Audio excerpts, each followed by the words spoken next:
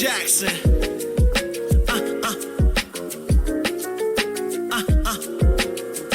To all of my people, to all of my African people. I am gonna be all I can be. I am gonna be all I can be. I am gonna be all I can be. I am going to be all I can be. You say it. I am gonna be all I can be. Hello, my name is Jay Sean Gaddy Gaskins, and welcome to the Voice of Brain Injury. My guests today have one thing in common, and that's spreading awareness about brain injury, prevention, treatment, and education in order to improve the quality of life of people with brain injuries. My guests today will talk about their specific support groups in Charlotte. With me is Karli Wilson. Thank you for being here with me today. It's great to finally get a chance to meet you. So tell the audience about the name of the organization that you're involved with. Yes, thank you, Jay Sean. Thank you for this opportunity. So, as mentioned, my name is Karli Wilson, and I am a licensed clinical social worker, and I am the adult coordinator for the Trauma Survivors Network here at Atrium Health Hospital in Charlotte, North Carolina. So that's great. So what exactly is Trauma Survivors Network and how did it get established? So the Trauma Survivors Network is a community of people who have been impacted by a physical trauma.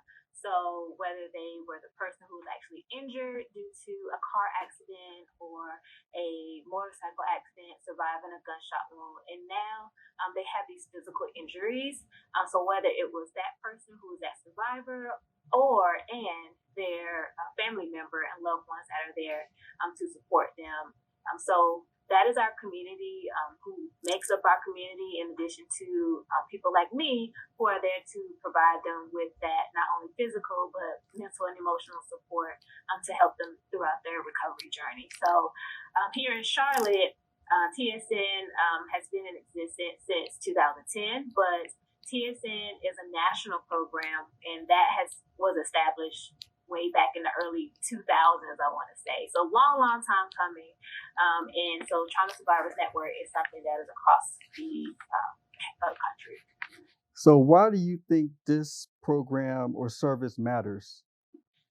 Great question. Mhm. So I mentioned that our people that we're here to support have physical injuries. So when you think about injuries, you think, okay, you have a cut or some type of injury to the body, and you think medically. Well, injuries are not just physically. And so with the Trauma Survivors Network and people like me that support the program, we notice and recognize that healing and recovery journey extends far beyond the physical side of it. So it's also emotional, it's also the mental, it's also the spiritual that you might not see right away or recognize. Right. So it's important to make sure that we attend to those needs and resources for that healing to take place just as much as we do with the physical injury. Okay, we got about 2 more minutes left, and I'm going to talk about what are some of the programs available in this network. Yes, so a couple of our programs is our peer support program. That's probably by far my favorite. And what that is allowing people who are early in their recovery phase, so say that injury, that traumatic event just happened, it allows them opportunity to connect with someone who may have had a similar experience, whether it was how they got injured or what injuries occurred and what their recovery process may have been. That peer visitation connects them to those other survivors and their loved ones further down the recovery road. So we have our peer visitation. We also provide mental health resources where we can do brief counseling to people that are in the hospital, but also connect them to their local community resources for that continued support for mental wellness. All right, and I think one more question. Well, actually, we're out of time now, but thank you so much for you talking about the service. And is there an email or any way that we can get in touch with you? Absolutely. For more information about our services, including our support groups that we offer as well, you can reach us at tsn@atriumhealth.org, or you can also reach us at our national website at traumasurvivorsnetwork.org. All right, thank you so much, Karli, and we'll be back right after this break.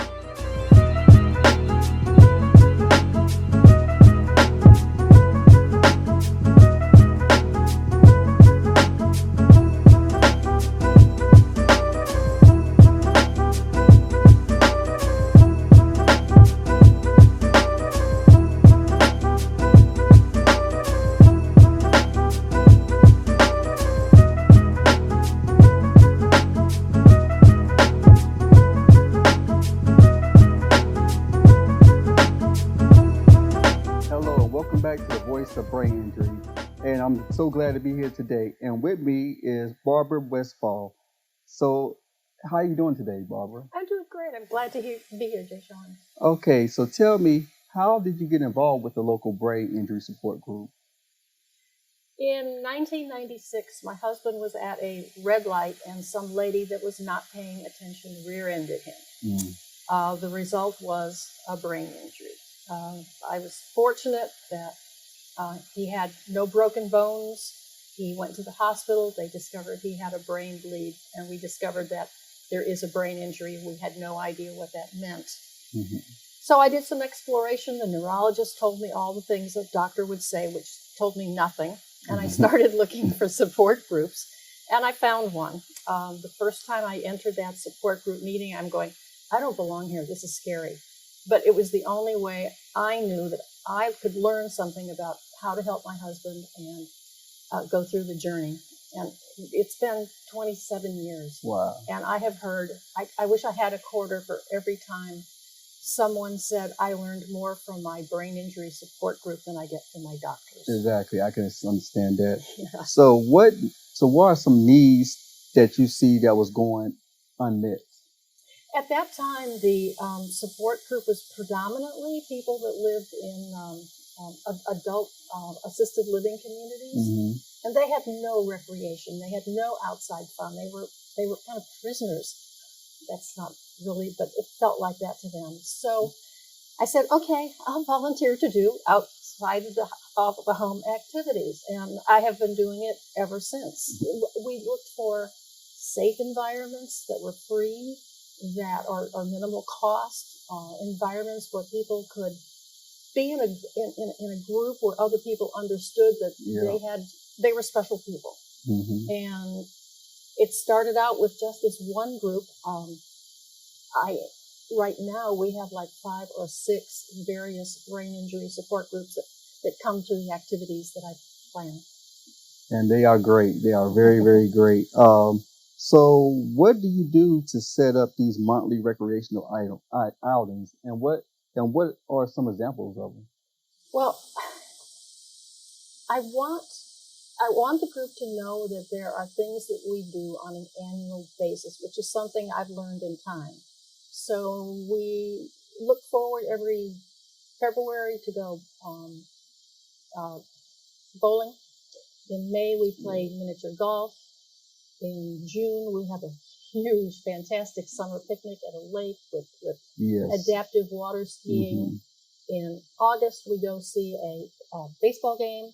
And then, of course, in December, we have this ginormous Christmas party. That's so fun. It is. It's great fun. And if I can find other things to filter in the meantime, I do. But those are predominantly the big ones that people look forward to. I know I do. Especially that when we went to that, I forgot the name of the Van Gogh? The Van Gogh, Van Gogh, that was so cool. We were so fortunate. That was The Performing Arts Center did a wonderful job and allowed us to join that group. It was great. I know. I felt beneficial for that. So what are some other benefits that you think survivors or families get from participating? Well, bottom line, it's an opportunity to be with people that have similar but yet dissimilar challenges. That everyone is accepted for where they are. You can say anything in open honesty and know that you will be accepted. People with wheelchairs, walkers, strollers, a lot of folks don't know how to feel comfortable around that. And when our group goes out and does things together, nobody cares. Nobody cares. It's just a bunch of people having a good time that just happen to have a wheelchair, a walker, or a stroller. So what do you get out of doing this for members of your support groups? I am selfishly delighted when they have a good time. There's nothing like the young man that gets into his adaptive water ski and takes off in the water and forgets to close his mouth because he's smiling from ear to ear. Or like when we go bowling, when somebody gets a strike, or when we go miniature golfing and somebody shrieks because they got a hole in one. It's they're I thank you, which we always say to everybody, means so much more because of the restrictive lives that they tend to lead. Yeah. Yeah. I heard you have the perfect rule sheet pertaining to the event planning. So I'm going to say the first rule, and then you can expand on what that means for you. Okay? Okay. All right. So the first rule I see is ask. Yes. So tell me. I think that by human nature, everybody wants to be nice to people. That's my basic theory. But if you don't ask, if you don't explain what it is you want, it's not going to happen. So I sort of had a well-rehearsed 1 minute. This is what I'd like. This is my name. This is what I do. I am looking to help. I'm a volunteer. I am working with a Charlotte area brain injury group. We like to go out and do things, but we have no income. Can you give us a reduced rate? Can we come for free? You'd be surprised by sharing the background of the group. I've fortunately, knock on wood, been able to get discounts in just about every place we have gone. Right, that's cool. And where have we gone? We've gone all sorts of places. Yes. We've gone to Lazy, was it Lazy Fine? Lazy? Yeah. Lazy? Whatever that Lazy Fine yeah, brand is, whatever. exactly. We've been to a donut factory. We've been to, museums. Yeah. Just about any place you can think of. It has been really helpful. Yeah. That's so cool. All right. The second word, swap. What does that mean? Well, I'll tell you a personal story. Mm-hmm. We have a friend that worked for the Jeff Gordon race shop, and I cooked him a gourmet dinner, and he gave us a tour of the Jeff Gordon facility. Wow. So anytime I can swap something that I have, and they will give us a tour. I have a lady I used to work with, and she gave us a Panthers tour just because I bought her lunch. Wow. So I That's crazy. am not too shy to ask. Okay, the third word, thank you. Thank you. Mm-hmm. 100% of the time, I always write or call or even send an email with a thank you. The person that has offered their time is greatly appreciative of knowing. In the Jeff Gordon opportunity, not only did I write my friend a thank you, but I sent a copy of that letter to Rick Hendricks, the president of Hendricks Motors, so that Mr. Hendricks would understand how super duper his people were in participating in community events. Mm-hmm. And I don't want to break this thing, but also we also help with organizing the tour at the radio station. Yeah, that's right. Yeah, yeah. That was a great tour. Mm-hmm. That was thanks to counting on Jay Sean. You know me, yeah. I gotta just blow my own horn here, All right, the fourth word, networking. Well, again, and it was through Jay Sean, we got to go to the radio station. I will talk to anybody if anything sounds at all interesting. I knew somebody that worked, no, he didn't work. He was a volunteer at the Raptor Center.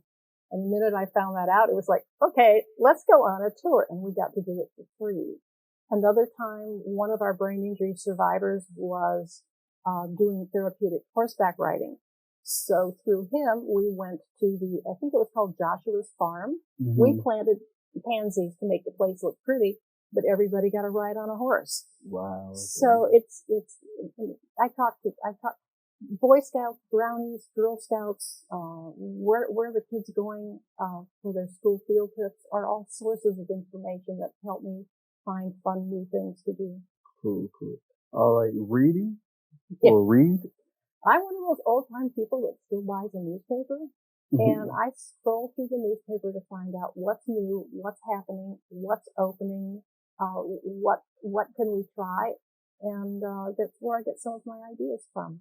Cool. And I think that goes into the sixth and final word is check it out. Oh my, that is hugely important. We don't go anywhere unless I have checked it out while they may say they're ADA handicapped, right. That doesn't mean anything.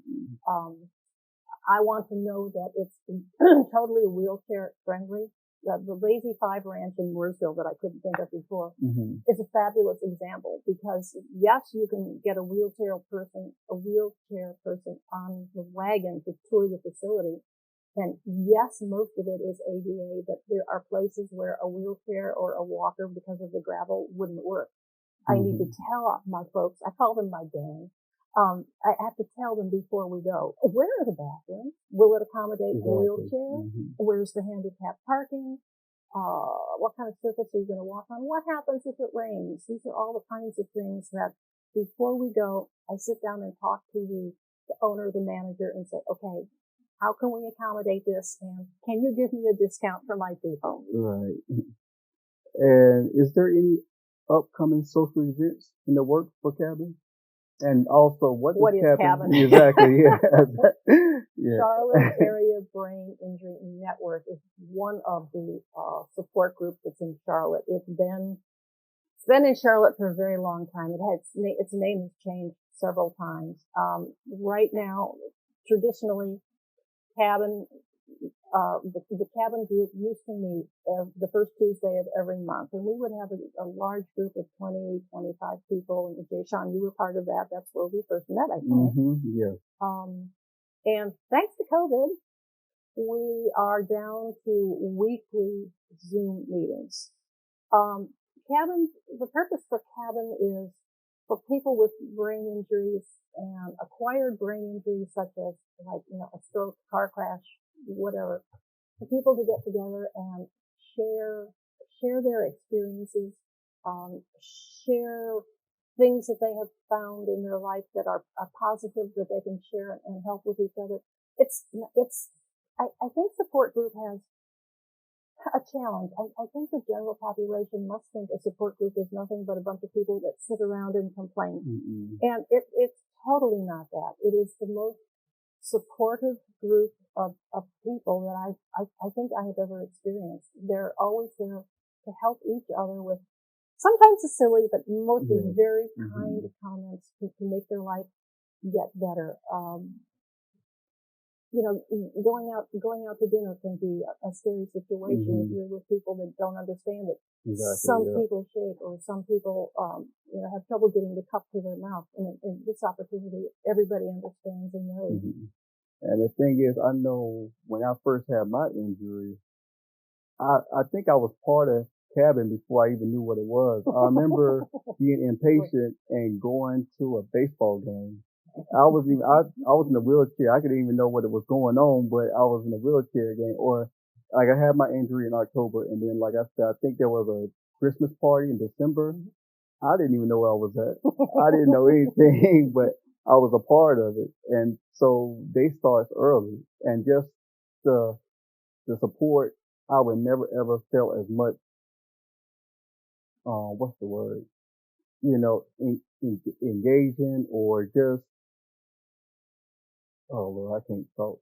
But it's just, I could feel like I could be myself, and that's the only place that I can actually feel like I can just let loose and don't have to worry about if I stutter, if I don't remember. And it's just the lack of judgment is just so amazing that I don't get a chance to really experience anywhere else. But in them hour and a half, I can just be myself without having to worry about what somebody's thinking, or somebody pushing me to do this or pushing me to do that, or saying I'm too slow, or, but for that time period, it's just like needed. What's interesting to me is that I've learned so much from all of you, personally. We're taught to be polite and happy and smile at all times, and keep our anger and emotions to ourselves. But from you guys, I've learned it's okay to say, hey, I don't care for what you just said. Can we rethink through this? I've learned a lot. Every time I go to one of those groups, it helps me calm my frustrations and emotions. I'm married to somebody with a brain injury. He has challenges just like everybody else in the group. And it reminds me, okay, be patient. That's how we're all going to survive together. And so tell me a little bit about the early stages of the recovery for your husband, and how did it affect you? It was scary. His personality changed. He was angry all the time. didn't want to go anywhere, didn't want to do anything. He had tremendous headaches. I understand that. Mhm. But he lacked motivation. He used to listen to music all the time because he's one of those gifted people that could see it in color. Mm. And he doesn't listen to music anymore. He couldn't read. Not that he couldn't understand the letters of the words to say the words, but he couldn't understand the meaning. Right. And it took a long time for him to start short magazine articles. His first book was Harry Potter, which I think is kind of cute. Uh-huh. But today he's, you're always, as you know, you're always progressing. Life is always getting better, but the increments are smaller the longer you are on the journey. He's now reading scientific magazines, anything to do with airplanes, jets, military paraphernalia. He's got all these magazines coming into the house that it takes him a while to get through them, but he reads them. Now, he walks, he talks, he drives. Nobody would ever know he has a brain injury. But we do. And so, just name a couple of the other support groups that you have. There is a group called the Couples Group that is husbands and wives. Just coincidentally, the husbands all have brain injuries. And we got together a bunch of years ago and decided, a bunch of the wives got together a bunch of years ago and said, let's go out to dinner. And we did. And we sat as couples and we discovered that the wives did all the talking and the men did all the eating. So when we go out now, it's every other month, the third Saturday of the month. We meet at a restaurant called John's. It's on Westinghouse Boulevard. Give them a nice plug because they've been so supportive. But we put the men at one table and the ladies at another table. And the lady that owns the restaurant, I think she and her husband always come in and giggle. She said, "You are so Greek. The men on one side and the women on the other side." So how long has that been going on? Oh my goodness. 12 years. People come and go in that group. And it's funny. The guys they will talk brain injury, and we've had some new folks come in and they share their experiences, and the guys swap out ideas and suggestions. Whereas the ladies all tend to be the caregivers, the support people. And we're down to, okay, what medicines, what works? Well, gee, I have my husband doing his own laundry because he wanted to participate in taking care of the house. It's kind of that kind of stuff. But we've all become good friends. And some of them have had babies. Some of them are now grandparents. Some of them just moved into new houses. It's friends as well as support group people. So what can you say to the audience or whatever about the interaction with people with brain injury? Be patient. Try not to interrupt. Selecting words when you can't remember them is happening to all of us as we get older, me included. And talk to the person that has the brain injury. Don't talk to the caregiver, especially if that survivor is in a wheelchair. You don't want to talk, down to them. You want to talk to them. So we're about to end right now, and thank you so much for you being on this show. Is there any information or websites or information that you want to talk about, or even any upcoming events that's coming up? We are going miniature golfing at the Lost Duffer Golf Course in the university area next month. As far as contacting, why don't I just have people contact me through my email address? It's wwestpa@bellsouth.net. And then I can redirect you to other folks that can answer questions for you. All right. Well, thank you so much for coming and talking about your group. And that will be all for today. But I want to give Karli and Barbara a huge thank you for spreading some information about just a few of the social organizations and groups for brain injury survivors. My name is Jay Sean Gaddy, and that's a wrap.